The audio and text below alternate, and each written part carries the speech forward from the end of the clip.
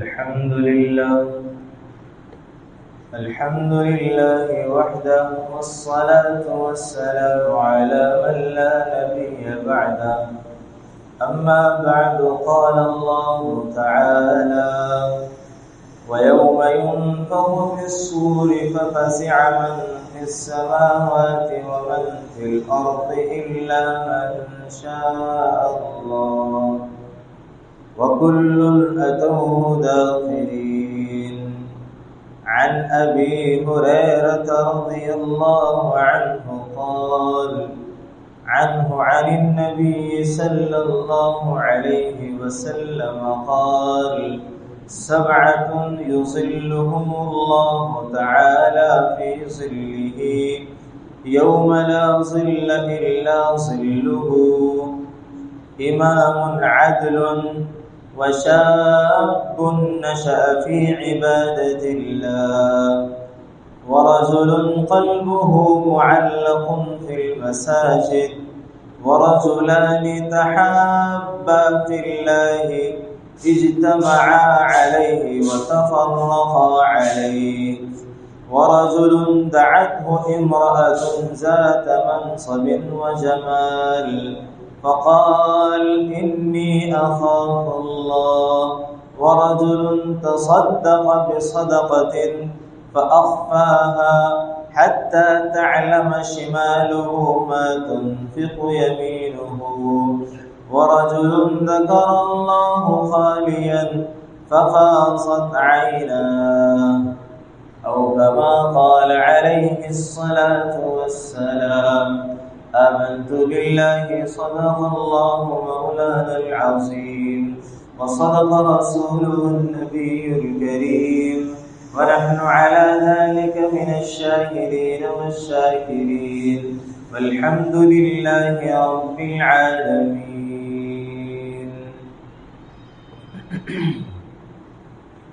اللهم صل على سيدنا ومولانا محمد وعلى آل سيدنا ومولانا محمد وبارك وسلم. اللهم صل على محمد كما تحب وترضى له. اللهم صل على محمد كما هو أهله ومستحقه. واجب الاحترام قابل تقریر نمازی حضرات، اللہ تبارک و تعالی نے رمضان مبارک کا مہینہ اپنی زندگی میں ایک بار پھر عطا فرمایا ہے اور ہمیں اس نعمت کی بہت ہی زیادہ قدردانی عبادات کے ذریعے کرنی چاہیے کہ اللہ رب العالمین کو اپنے عبادات کے ذریعے، گناہوں سے معافی کے ذریعے اللہ کو راضی کر لیا جائے۔ صحیح معلوم ہے رمضان المبارک کا حق ادا کرنے کی ہم اپنی ذات سے کوشش کریں۔ دنیا اور دنیا کی زندگی آخرت کو بنانے کے لیے ہو۔ دنیا کے اندر اللہ نے انسان کو آخرت کے بنانے کی محنت کرنے کے لیے بھیجا ہے۔ آخرت اور وہاں کی ہولناکیاں بہت زیادہ خطرناک ہیں۔ اللہ نے قرآن کریم میں قیامت کے قائم ہونے کے منظر کو بڑے عجیب انداز سے بیان کیا ہے۔ فرمایا کہ وَنُفِخَ فِي الصُّورِ فَصَعِقَ مَن فِي السَّمَاوَاتِ وَمَن فِي الْأَرْضِ إِلَّا مَن شَاءَ اللَّهُ۔ جب سور میں پھونکا جائے گا، فَصَعِقَ مَن فِي السَّمَاوَاتِ وَمَن فِي الْأَرْضِ، آسمان اور زمین سب چیزیں ختم ہو جائیں گی اور انسان سب بے ہوش ہو جائیں گے، مر جائیں گے۔ ثُمَّ نُفِخَ فِيهِ أُخْرَى، پھر دوسرا سور پھونکا جائے گا، فَإِذَا هُمْ قِيَامٌ يَنظُرُونَ، پھر انسان کھڑا ہوگا اور دیکھ رہا ہوگا۔ يَوْمَ يُنفَخُ فِي الصُّورِ فَتَأْتُونَ أَفْوَاجًا، جب دوسری مرتبہ سور پھونکا جائے گا، فرمایا کہ انسان جوم در جو، گروہ در گروہ حساب کے مقام پہ جمع ہونا شروع ہوئی۔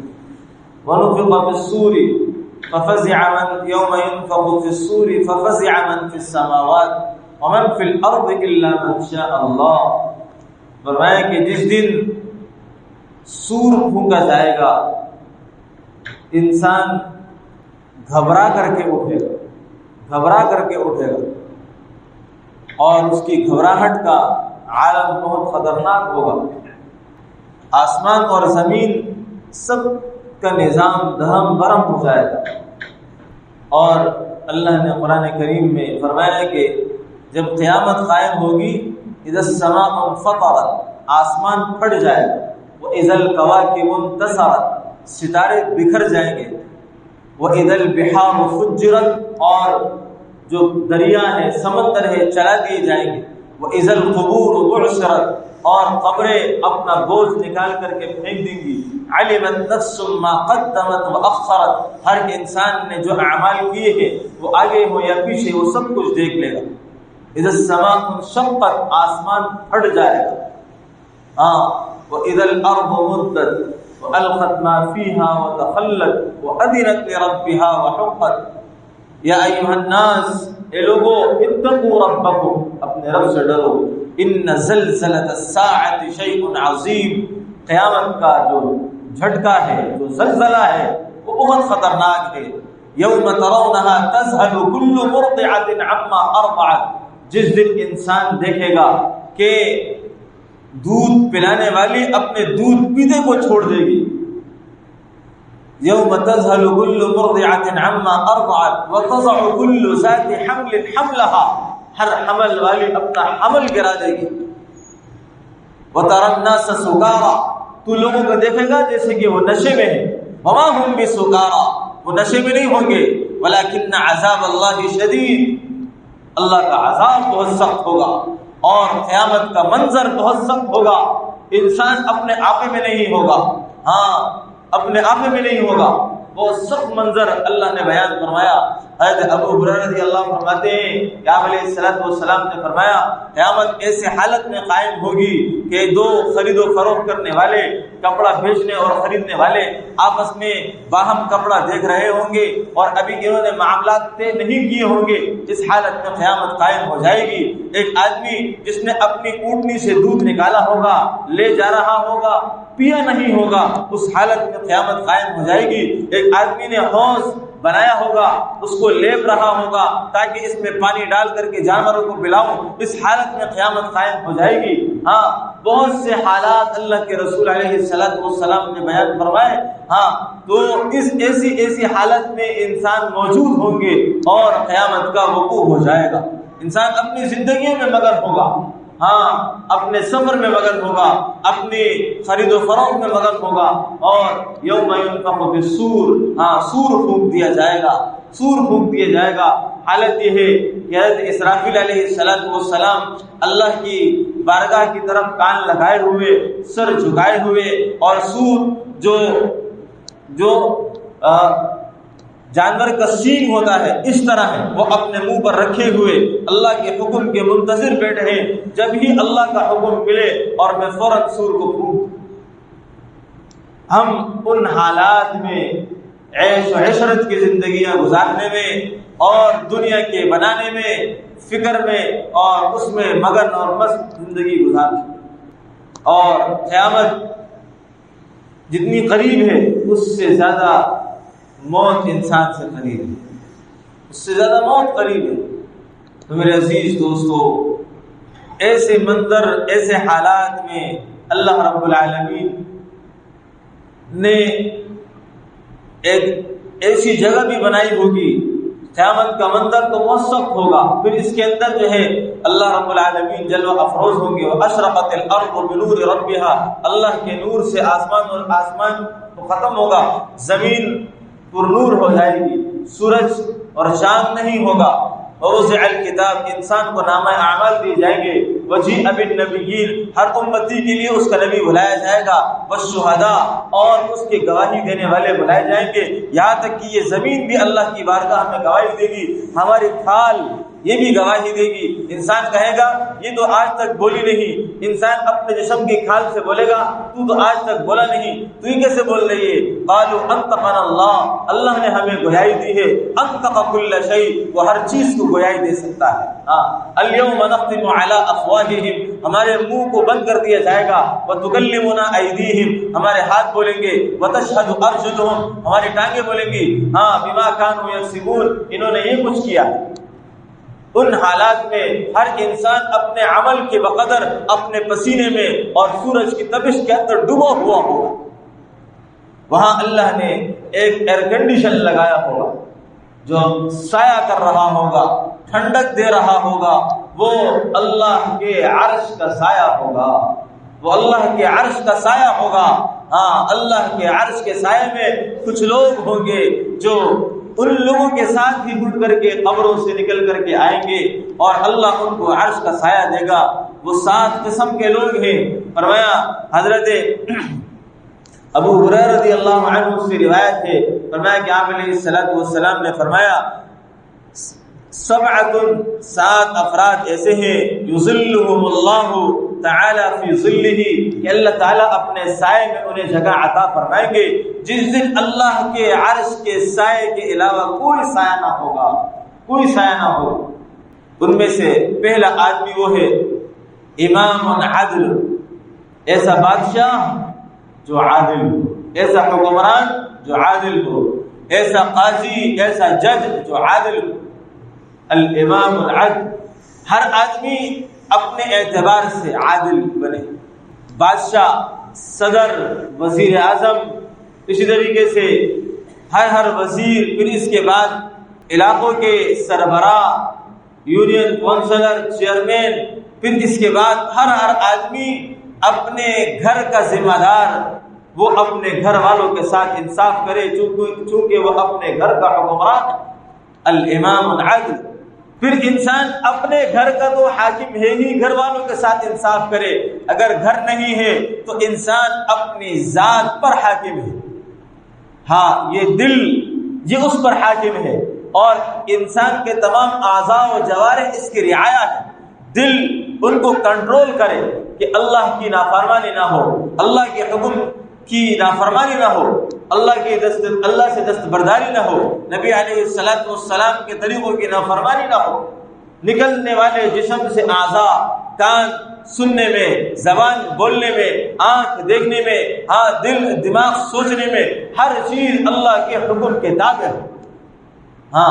انسان اپنے آپ کا حاکم ہے، اس کا دل پورے جسم کا سردار ہے، وہ حاکم ہے، وہ اپنی حکومت ایسی چلائے کہ اللہ کی نافرمانی نہ ہو، عدل کرے اپنے اعضاء و جوارح۔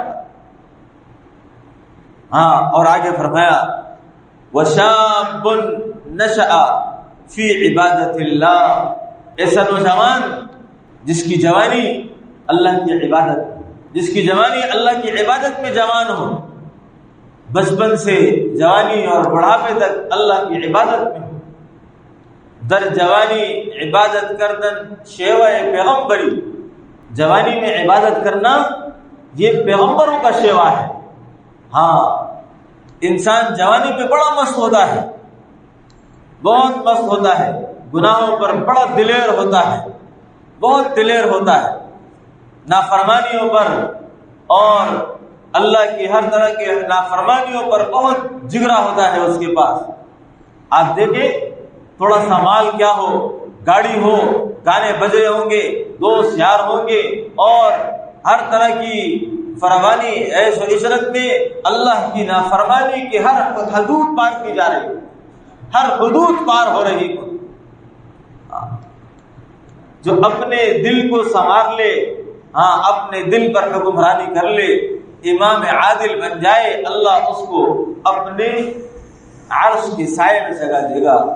تو فرمایا کہ جو آدمی جوانی میں اللہ کو راضی کرے، جوانی میں عبادت کا متمنی رہے، اور جوانی میں اللہ کے سامنے عبادت میں مصروف رہے، نافرمانیوں سے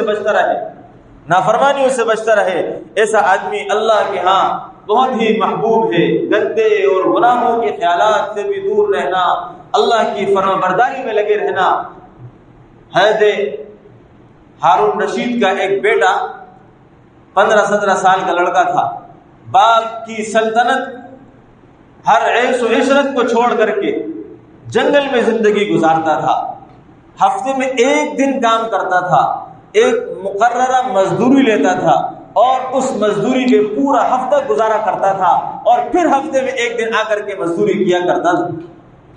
ہاں، جوانی میں اللہ کو یاد کرنا، جوانی میں اللہ کی عبادت کرنا، اپنی جوانی کو اللہ کی عبادت سے جوات رکھنا، ایسا نوجوان اللہ کے عرش کے سائے میں ہوگا، ایسا نوجوان اللہ کے عرش کے سائے میں ہوگا۔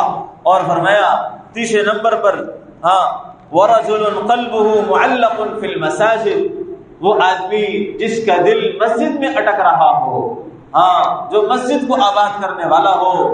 مومن کی مثال مسجد میں ایسے ہے جیسے مچھلی پانی کے اندر سکون میں رہتی ہے، مومن بندہ اللہ کے گھر میں مسجد میں سکون میں رہتا ہے۔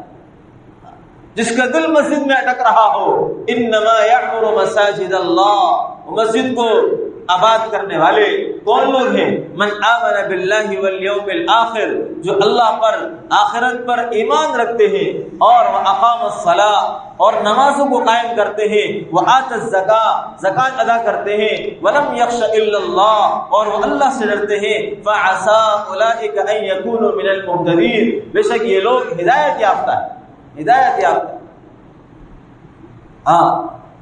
اب ہمارے دل کہاں اٹک رہے؟ ہم اللہ کے گھر میں بیٹھ کر سکون محسوس ہو رہا ہے یا نہیں؟ قرآن کریم پڑھتے ہوئے دل مسجد میں اٹک رہا ہے یا نہیں؟ بس نماز پڑھ کے بھاگنے کو دل چاہتا ہے، اللہ کے گھر سے نکلنے کو دل چاہتا ہے، قرآن پڑھ کر کے طرح طرح کے خیالات ستاتے ہیں، انسان بھاگنے کو چاہتا ہے، تو اپنا محاسبہ کرے۔ میرا دل کیسا ہے کہ میں اللہ کے گھر میں بیٹھنے کو بھی پسند نہیں کر سک رہا؟ در حقیقت یہ آدمی اللہ کو پسند نہیں ہو رہا، اللہ اس کو مسجد سے نکالنا چاہتے ہیں۔ وَرَجُلٌ قَلْبُهُ مُعَلَّقٌ فِي الْمَسَاجِدِ، مسجدیں آباد کرنا، جن کو اللہ محبوب رکھتے ہیں وہ اللہ کے گھروں کو آباد کرتے ہیں۔ جن کو اللہ محبوب رکھے، اللہ ان سے محبت کرے، اللہ ان کو اپنے گھر میں جگہ دیتے ہیں، ان کا دل لگاتے ہیں، وہ اللہ کے گھر میں بیٹھتے ہیں، اللہ کے گھر میں انہیں سرور آتا ہے، اللہ ان پر فخر کرتے ہیں، فرشتوں پر فخر کرتے ہیں کہ یہ میرے بندے ہیں، دنیاوی مصروفیات چھوڑ کر، بیوی بچے چھوڑ کر، کاروبار چھوڑ کر، اپنی زندگیوں کی مصروفیات چھوڑ کر میرے گھر میں بیٹھ کر مجھے یاد کرتے ہیں، اپنا وقت مجھے دے رہے ہیں۔ وَرَجُلٌ قَلْبُهُ مُعَلَّقٌ فِي الْمَسَاجِدِ، جس کا دل مسجد میں اٹک رہا ہو، ایسا آدمی اللہ کے عرش کے سائے کا حقدار ہوگا، ایسا آدمی اللہ کے عرش کے سائے کا حقدار ہو۔ وَرَجُلٌ قَلْبُهُ مُعَلَّقٌ فِي الْمَسَاجِدِ، اپنے دل کا محاسبہ کریں، مسجد میں بیٹھنے کو دیکھیں کہ دل چاہتا ہے یا نہیں چاہتا، دل مسجد میں لگ رہا ہے یا نہیں لگ رہا، اپنا محاسبہ کریں، اپنے آپ کو اللہ کی نظروں میں محبوب بنانے والے اعمال اختیار کریں، نبی علیہ السلام کے طریقے اختیار کریں۔ اور فرمایا وَرَجُلَانِ تَحَابَّانِ فِي اللَّهِ، 2 آدمی جو اللہ کے لیے ایک دوسرے سے محبت کرتے ہیں، اللہ کے لیے ایک دوسرے سے محبت کرتے ہو، اجتمعا وتفرقا علیہ، ان کا ملنا، ان کا جدا ہونا اللہ کی رضا کے خاطر ہو، ان کا ملنا اور ان کا جدا ہونا اللہ کی رضا کے خاطر ہو۔ آج دنیا میں ہر آدمی مطلب خود غرضی کے مقصد سے لوگوں سے مل رہا ہوتا ہے، عزت مرتبہ اگر کسی کے پاس ہے تو اس سے ملنا، خوشامد کرنا، پیسے والے کو عزت دینا، اور یہ ساری چیزیں اس لیے ہیں کہ مقصد ہے، کہیں ملازمت مل سکتی ہے، کہیں سے کام نکل سکتا ہے، کہیں سے مسئلہ حل ہو سکتا ہے، کہیں اور کام ہو سکتا ہے۔ اب ان مقاصد کے لیے، اغراض و مقاصد کے لیے تعلقات رکھے جاتے ہیں، اللہ سے، اللہ کی خاطر ایک دوسرے سے محبت نہیں ہے۔ صحابہ کرام رحماء بینہم، ایسی آپس میں ہمدردی، محبت تھی کہ اللہ کے لیے ایک دوسرے سے ملتے تھے، اللہ کے لیے ایک دوسرے سے محبت کرتے تھے، ان کا ملنا بھی اللہ کے لیے ہوتا تھا، ان کا جدا ہونا بھی اللہ کے خاطر ہوتا تھا۔ وتحابا، اللہ کے لیے محبت، ہاں اغراض و مقاصد نکالیں، لوگوں سے اللہ کے لیے ملا کریں، سلام دعا اللہ کی رضا کے لیے کیا کریں۔ اللہ سے نے جو محبت اور صلہ رحمی کے مادے پیدا کیے ہیں، رحم کا جو مادہ رکھا ہے، اس رحم کے مادے کے طفیل لوگوں سے ملا کریں، اغراض و مقاصد دل سے نکالیں۔ ہاں ایسے بنے جس سے اللہ راضی، ملنا اللہ کے لیے، جدا ہونا اللہ کی رضا کے لیے، ایسے لوگوں کو اللہ قیامت کے دن عرش کا سایہ نصیب فرمائے۔ ہاں ورجل دعته امرأة ذات منصب وجمال، ایسا آدمی جسے ایک جاہ و جلال منصب والی خوبصورت عورت اپنی طرف برائی کے ارادے سے بلائے اور وہ کہے انی اخاف اللہ، میں اللہ سے ڈرتا ہوں۔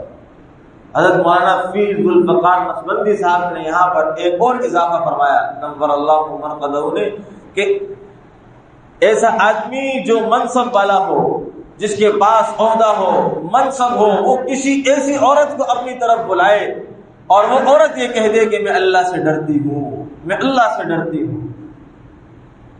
وراودته التي هو في بيتها عن نفسه وغلقت الابواب وقالت هيت لك،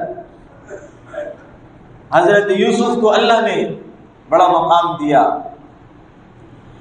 عزیز مصر، خزانہ وزیر خزانہ، ان کو ان کے گھر میں جگہ دی، انہوں نے خریدا، بیوی کو کہا کہ اس کو عزت کے ساتھ رکھنا، عسى ان ينفعنا او نتخذه ولدا۔